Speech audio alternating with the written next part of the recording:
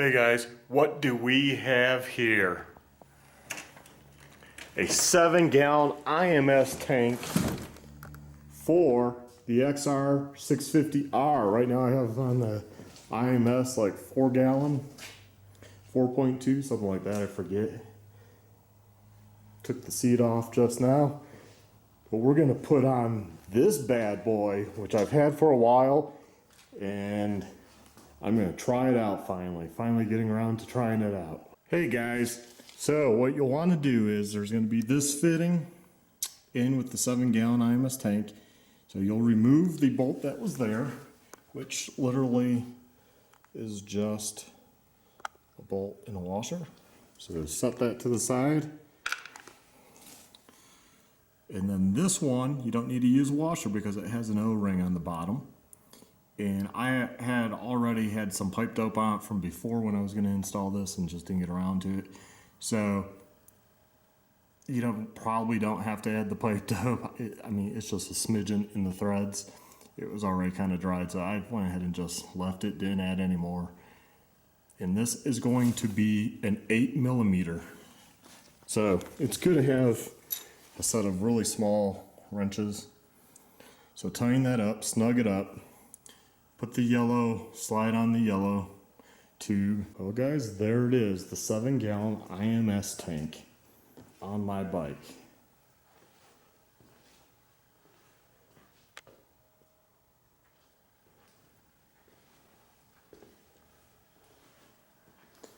Took a little longer to put on than maybe it would have normally, just because I didn't have the directions anymore, so had to kind of figure things out, think it through.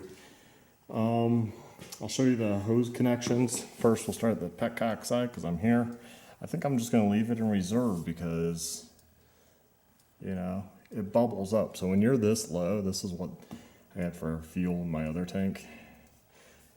Who knows? I don't know how much that is, but I was pretty low. So maybe a gallon or so, gallon and a half. So got this connection. You're not going to have the brass fitting. I changed that out, so I have a brass nipple. So the only plastic one I have is the one up here. So this hose goes over to the, I don't think it'll fall down, but that goes over to the vacuum pump.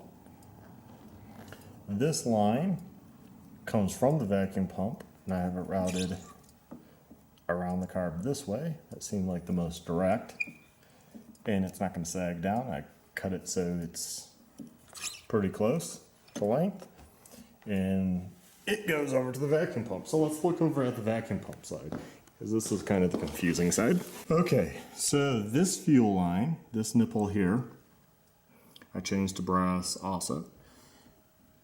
You do a short line, put a T-fitting in. I changed that to brass versus plastic. A short line, this goes to your vacuum pump / fuel pump. And let's see if I can get the connection. So this right here is what sends the fuel up to that one nipple by the petcock. And then this right there, that line, that comes from the other side. So it's sucking from both low wings and going in and then going out there.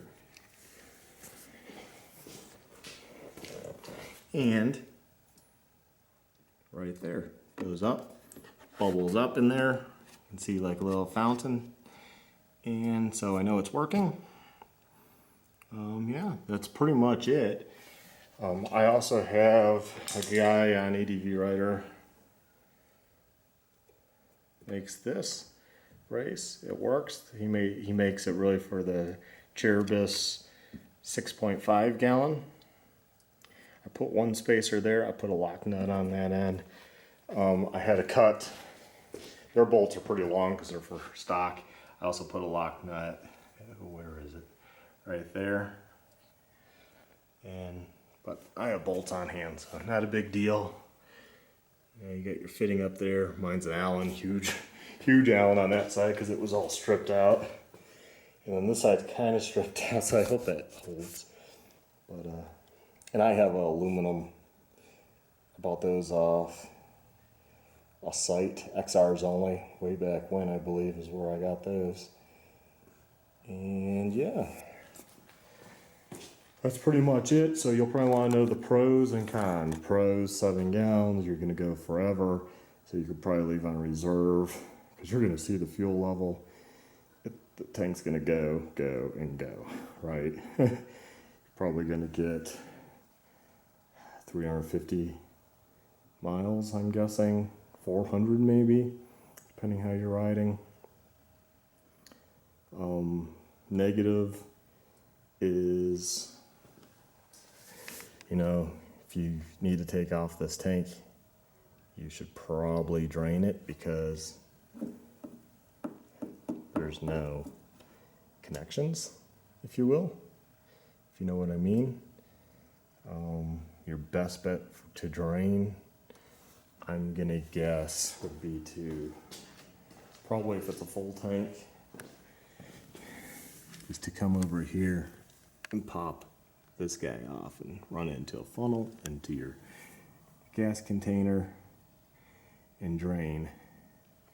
Then probably take off that one, or yeah, I would take off there. These fittings are easier to take off than this guy. And let it drain out, or maybe even from this side, hose long enough to let it drain out. So you'd get from that side and that side. Of course, that's not the lower wing, but that would lower it enough to, I guess, then, well, no, I take that back. By doing it here would drain both sides.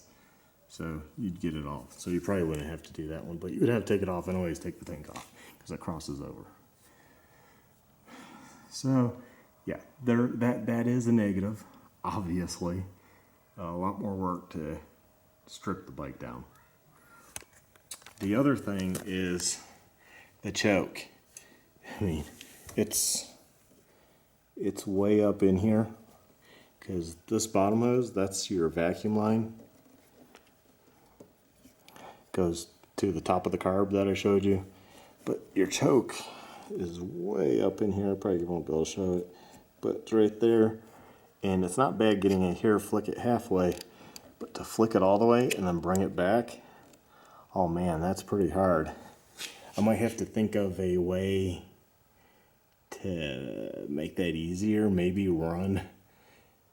route a string somehow, and then that way, you know, tie it onto it if there's a way, and then, you know, be able to pull somewhere and pull it off, because right now, dang, that is difficult. So that's a negative. So a negative is disconnecting everything, gonna have to drain it, and the choke. Positive is it's a freaking huge tank. It's gonna protect your radiators because it's a pretty stiff tank. With my HID Trailtech headlight, it hits on this side, but it does not hit on that side, and it just barely hits on the left side. Not gonna be a big deal.